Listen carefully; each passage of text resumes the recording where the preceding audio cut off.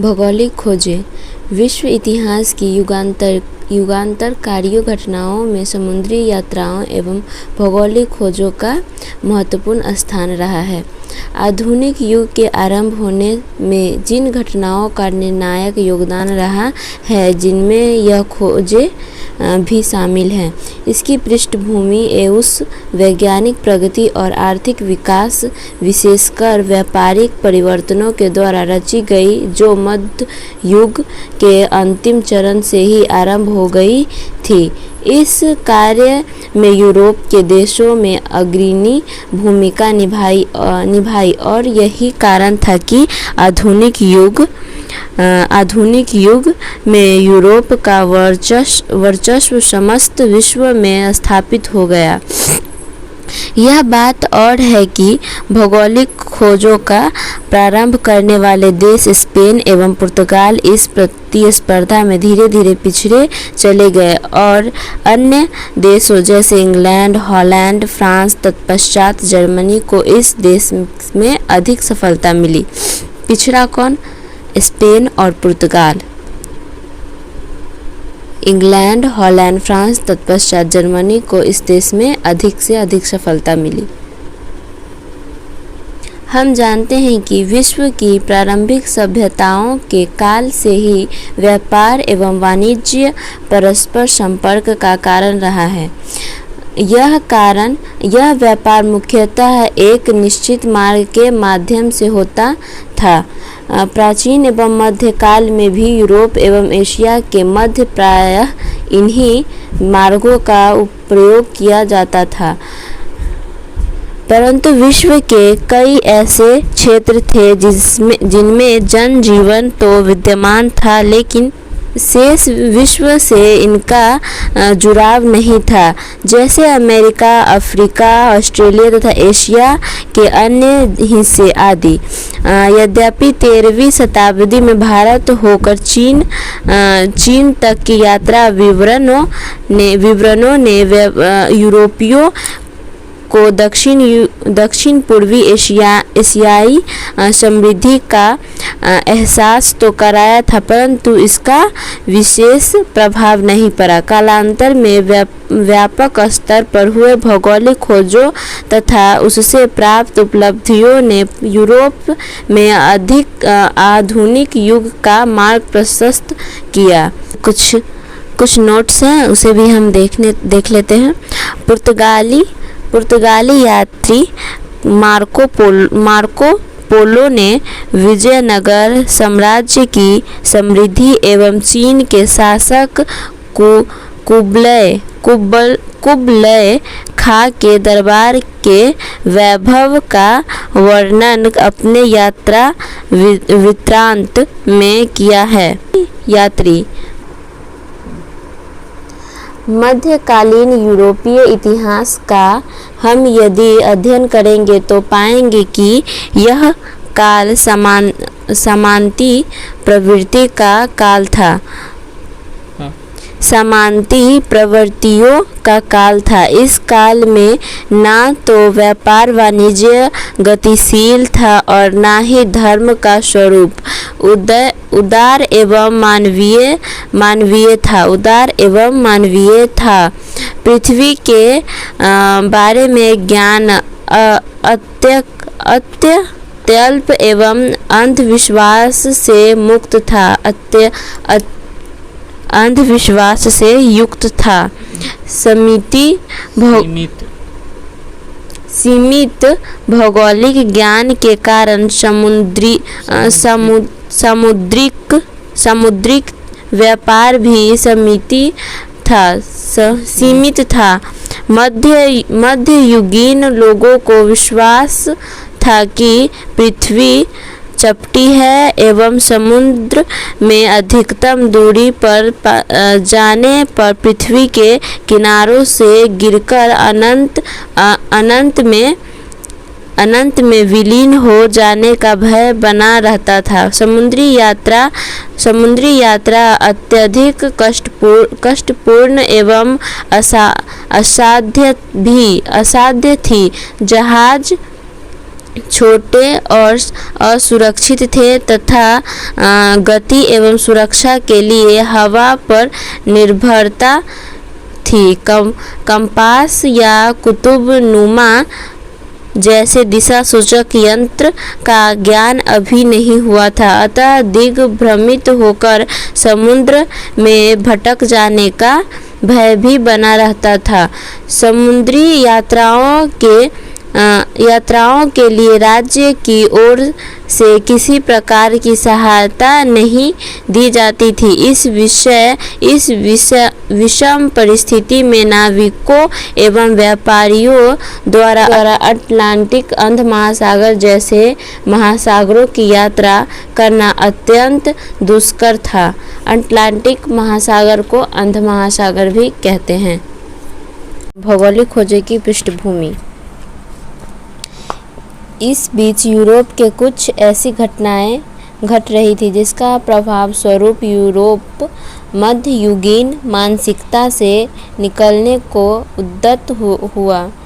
11वीं से 12वीं शताब्दी में जेरूसलम आधुनिक इजरायल में अवस्थित पर अधिकार के मुद्दे को लेकर हुए धर्म युद्ध में जब यूरोपीय सामंत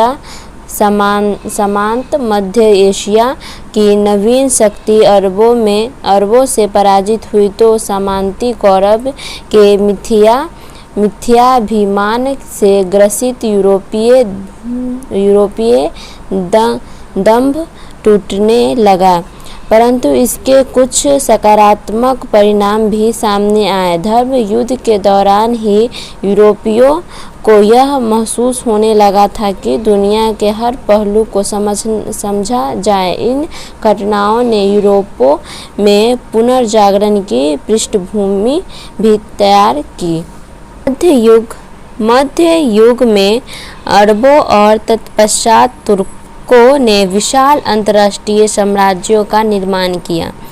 इधर 15वीं शताब्दी के 5 दशक पूर्व तक यूरोप और एशिया के मध्य व्यापार कुस्तुनतुनिया के मार्ग से होता था। कुस्तुनतुनिया एक प्रकार का रास्ता था, समुद्री रास्ता, परंतु 1453 ईस्वी में कुस्तुनतुनिया पर तुर्की आधिपत्य से यूरोपीय व्यापारियों के लिए इस मार्ग से व्यापार करना निरापद नहीं रहा, क्योंकि निरापद मतलब दुर्लभ हो गया, क्योंकि तुर्कों ने इस मार्ग से व्यापार के बदले भारी कर वसूलना शुरू कर दिया था, जिसका हल ढूंढना यूरोपियों के लिए आवश्यक था।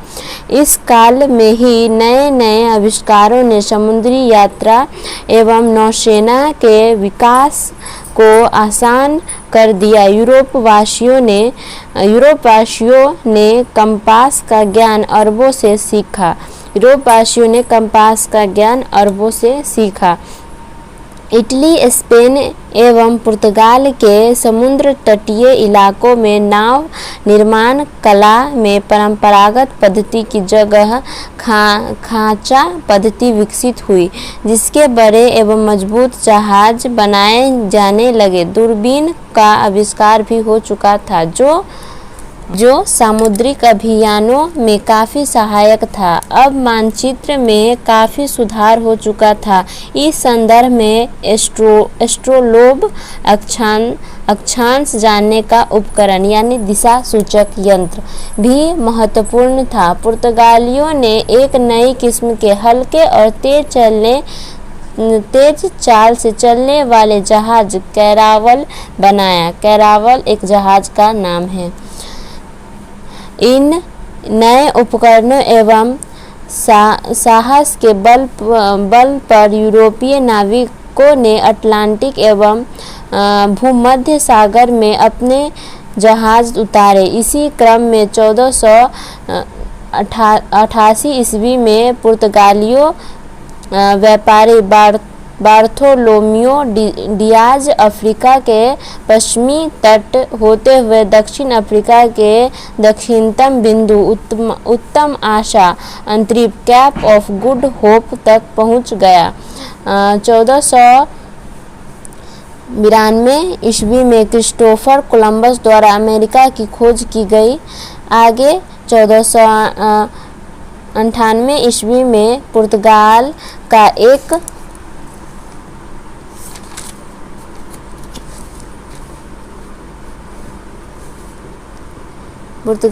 एक साहसी नाविक वास्को डी गामा उत्तम आशा अंतरिप होते हुए भारत के मालबार तट केरल के कालीकट तक पहुंच गया, जहां स्थानीय शासक जामोरिन द्वारा उसका स्वागत किया गया।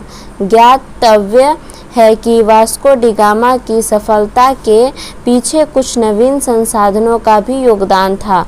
भारत के एक व्यापारी अब्दुल मजीद की भेंट वास्को डी गामा से दक्षिण अफ्रीका में हुई तथा इसी के सहयोग से उसे भारत आने का सीधा मार्ग मिल गया। इससे यूरोपियनों ने साहस में वृद्धि हुई। वास्को डी गामा द्वारा भारत से लाए गए वस्तुओं को 26 गुना मुनाफे पर यूरोपीय बाजारों में बेचा गया। अमेरिका अर्थात नई दुनिया की खोज यूरोपियनों की एक नई उपलब्धि थी, जिसे 1492 ईस्वी में कोलंबस ने प्राप्त किया। यद्यपि कोलंबस ने अमेरिका को भारतीय उपमहाद्वीपों का हिस्सा समझा और यहाँ के निवासियों को रेड इंडियन कहा, बाद में स्पेन के नाविक अमेरिगो वेस्पुची ने नई दुनिया को विस्तार से ढूंढा और इसे एक महाद्वीप बताया। इसी के नाम पर इस क्षेत्र का नाम अमेरिका पड़ा। 1519 ईस्वी में मैगलन ने पूरी दुनिया का चक्कर जहाज से लगाया और यह धारणा पुष्ट हो गई कि सभी समुद्र एक दूसरे से जुड़े हैं। आगे कैप्टन कुक ने ऑस्ट्रेलिया की भी खोज की, साथ साथ न्यूजीलैंड के द्वीपों का भी पता लगाया। सर जॉन और सेबास्टिन कैबोट ने न्यूफाउंडलैंड के द्वीपों का पता लगाया। भौगोलिक खोजों को प्रोत्साहन देने में विभिन्न यूरोपीय देशों के शासकों ने भी महत्वपूर्ण भूमिका निभाई, जिससे पुर्तगाल के राजकुमार हेनरी द नेविगेटर तथा स्पेन की महारानी इसाबेला प्रमुख थी। इस प्रकार 16वीं शताब्दी के पूर्वार्ध तक लगभग समस्त दुनिया की जानकारी यूरोप को हो चुकी थी। कुछ नोट्स है उसे भी हम देखते हैं। नई दुनिया अमेरिकी महाद्वीपों को यूरोपियों द्वारा नई दुनिया कहा गया क्योंकि कोलंबस की यात्रा से पूर्व इसकी कोई जानकारी नहीं थी। अभी पढ़ेंगे हम भौगोलिक खोजे के परिणाम। तो चलिए शुरू करते हैं। भौगोलिक खोजे के परिणाम काफ़ी दूरगामी और महत्वपूर्ण साबित हुआ। इस घटना ने पहली बार लोगों को संसार के एक वृहत भूखंड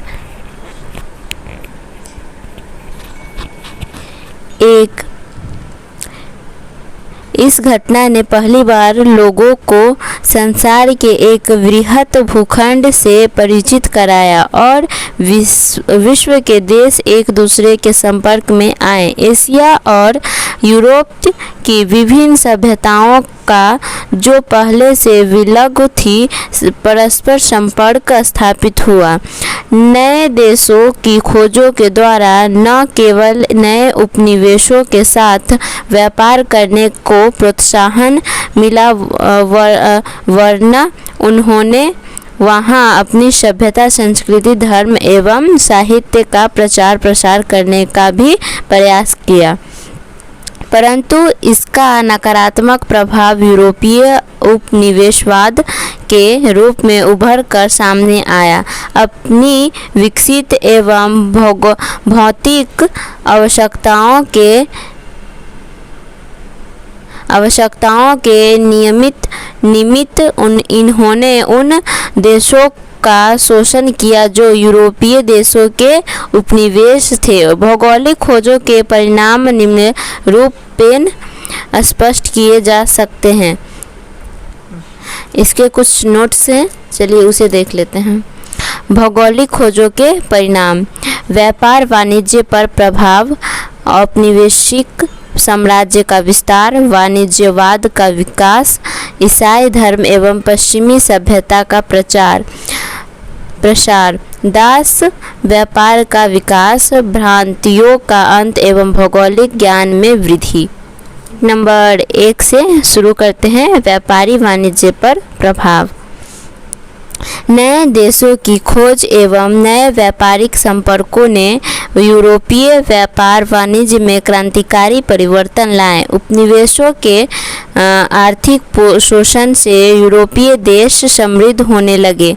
इस प्रगति ने यूरोपीय व्यापार को चरमोत्कर्षण पर पहुंचा दिया। फलस्वरूप मुद्रा व्यवस्था का विकास हुआ। हुंडी, ऋण पत्र आदि व्यापारिक साख का विकास हुआ। व्यापार अपने स्थानीय स्वरूप से विकसित होकर वैश्विक रूप लेने लगा। नए देशों की खोज के पूर्व व्यापार मुख्य रूप से भूमध्य सागर एवं बाल्टिक सागर तक ही सीमित था, परंतु अब इसका स्थान अटलांटिक हिंद तथा प्रशांत महासागर ने लिया। फलतः पेरिस, लंदन, एम्स्टर्डम, एंटवर्प आदि शहर विश्वव्यापी व्यापार के प्रमुख केंद्र बन गए। पेरिस, लंदन, एम्स्टर्डम, एंटवर्प आदि शहर विश्वव्यापी व्यापार के प्रमुख केंद्र बन गए और यूरोपीय व्यापार पर इटली का एकाधिकार जता रहा। इसके बदले स्पेन, पुर्तगाल, हॉलैंड, इंग्लैंड तथा फ्रांस का प्रभाव बढ़ गया। कालांतर में अपने विशाल साम्राज्य को संभालने में स्पेन और पुर्तगाल इतने निमग्न हो गए कि उन्होंने अपना साम्राज्य ही खो दिया। निमग्न मतलब उसमें लीन हो गए।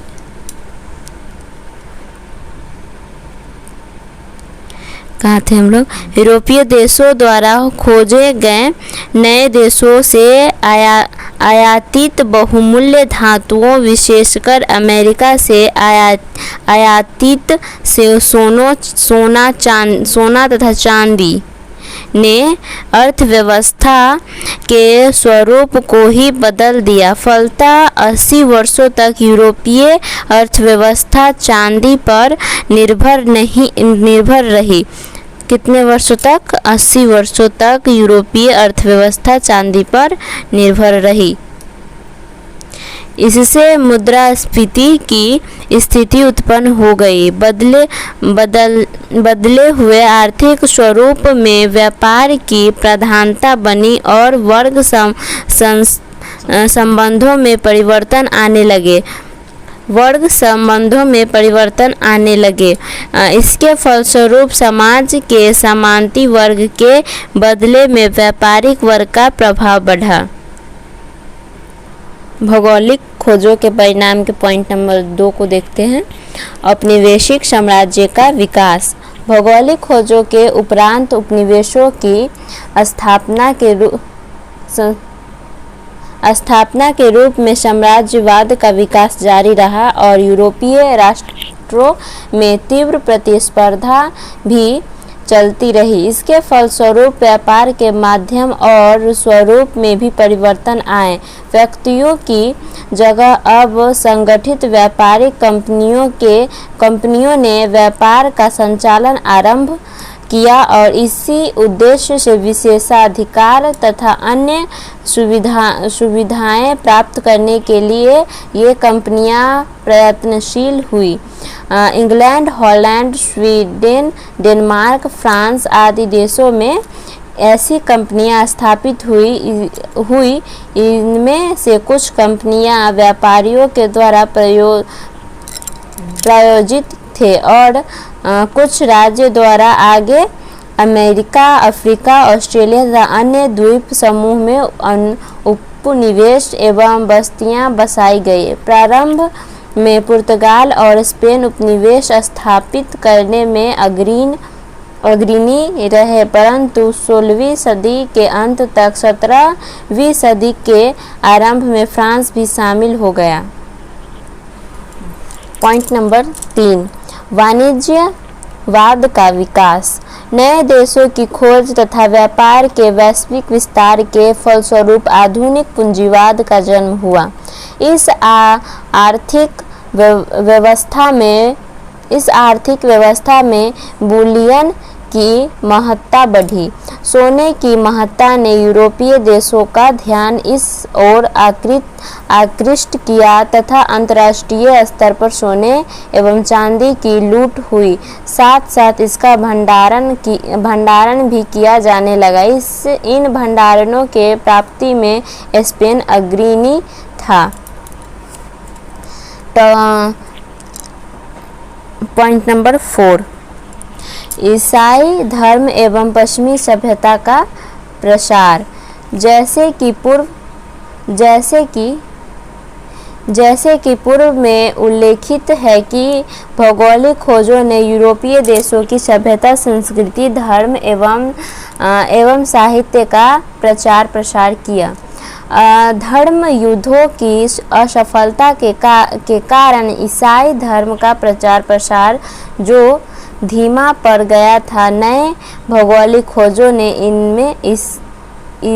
इसमें प्राण डाल दिए। ईसाई धर्म प्रचारों ने अफ्रीका, एशिया तथा अमेरिका के दुर्गम स्थलों में जाकर अपना धर्म प्रचार किया, परंतु इसका नकारात्मक प्रभाव यह पड़ा कि इन क्षेत्रों में धन का लालच देकर एवं जबरन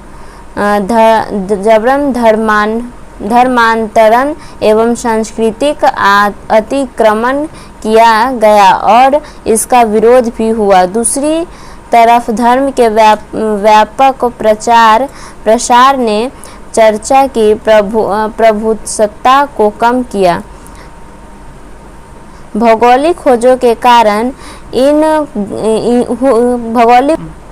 दूसरी तरफ धर्म के व्यापार प्रसार ने दूसरी तरफ धर्म के व्यापक प्रसार ने चर्च की प्रभुसत्ता को कम किया। भौगोलिक खोजों के कारण हुई ज्ञान में वृद्धि से तत्कालीन धर्म के विषय में कई प्रश्न उठ खड़े हुए। धर्म को भी तर्क की कसौटी पर कसा जाने लगा, जिसने धर्म सुधार आंदोलन की पृष्ठभूमि का निर्माण किया। पॉइंट नंबर 5, दास व्यापार का विकास। भौगोलिक खोजों के परिणाम स्वरूप विकसित हुए व्यापार वाणिज्य में मानव श्रम की महत्ता ने दास व्यापार को प्रोत्साहित किया। नए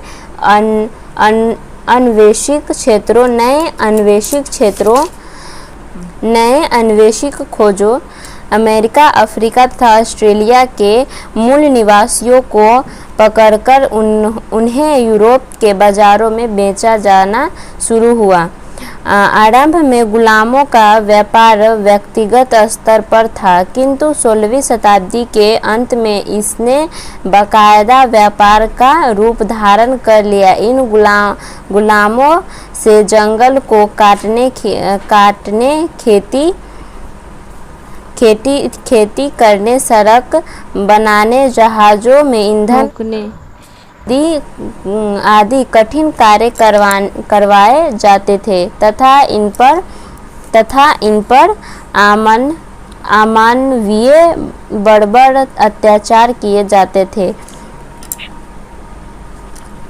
इस प्रकार भौगोलिक खोजों का यह नकारात्मक परिणाम था कि इसने तथाकथित सभ्य एवं विकसित लोगों द्वारा अविकसित भोले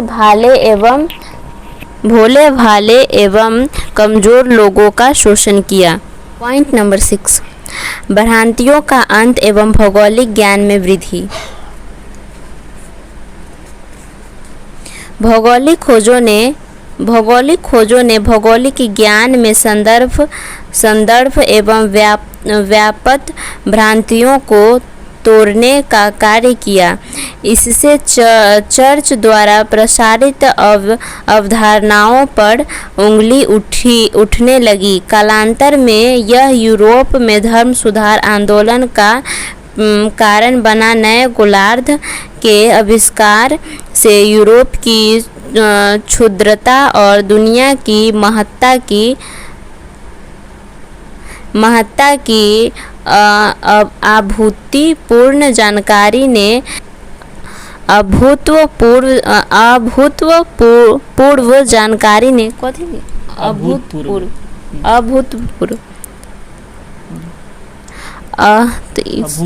सब रिकॉर्ड हो गया।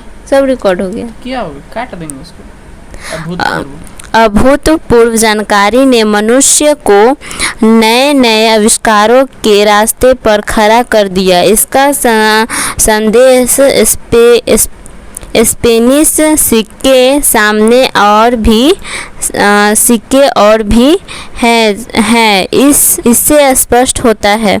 बढ़े हुए सामुद्रिक गतिविधियों ने समुद्री यात्राओं में उपयोगी विभिन्न उपकरणों यथा नक्शे, कंपास, नक्षत्र प्रणाली आदि के विकसित होने का अवसर प्रदान किया। इससे संबंधित विद्वानों एवं पेशेवर वैज्ञानिकों के वर्ग का जन्म हुआ। कालांतर में इसी वर्ग ने पुनर्जागरण में महत्वपूर्ण भूमिका अदा की।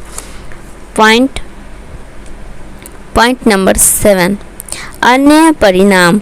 भौगोलिक खोजों से विभिन्न प्रकार के नवीन फसलों का अंतर महाद्वीपीय आदान प्रदान हुआ। जैसे यूरोप में कहवा, चाय, गन्ना, मक्का, आलू, तंबाकू, नील आदि नवीन वस्तुओं का प्रवेश हुआ तथा यूरोप के माध्यम से चाय, कॉफ़ी, तंबाकू, आलू का भारत जैसे देशों में आगमन हुआ। भारतीय फसल आम, गन्ना आदि दूसरे क्षेत्रों में गए। इस प्रकार कहा जा सकता है कि भौगोलिक खोजों ने विश्व की एक नई रूपरेखा सामने लाई। विचारों में परिवर्तन आए तथा वैज्ञानिक विचारों को मान्यताएं मिली। धार्मिक अंधविश्वास टूटने लगे। दूसरी तरफ नए क्षेत्रों के अन्वेषणों तथा नवीन मार्गों के खोज के फलस्वरूप पूंजीवाद, वाणिज्य और साम्राज्यवाद का विकास हुआ। इससे दुनिया का यूरोपीयकरण कर दिया। चलिए हम देखते हैं कुछ नोट्स हैं, इसके अन्य परिणाम क्या निकले। यूरोप विशेषकर इटली में नए नगरों का उद्भव, भूमध्य सागर के महत्व में वृद्धि, पूंजीवाद, वाणिज्यवाद और साम्राज्यवाद का विकास, नौसैनिक क्रियाकलापों में वृद्धि। इसी प्रकार ये चैप्टर समाप्त हुई।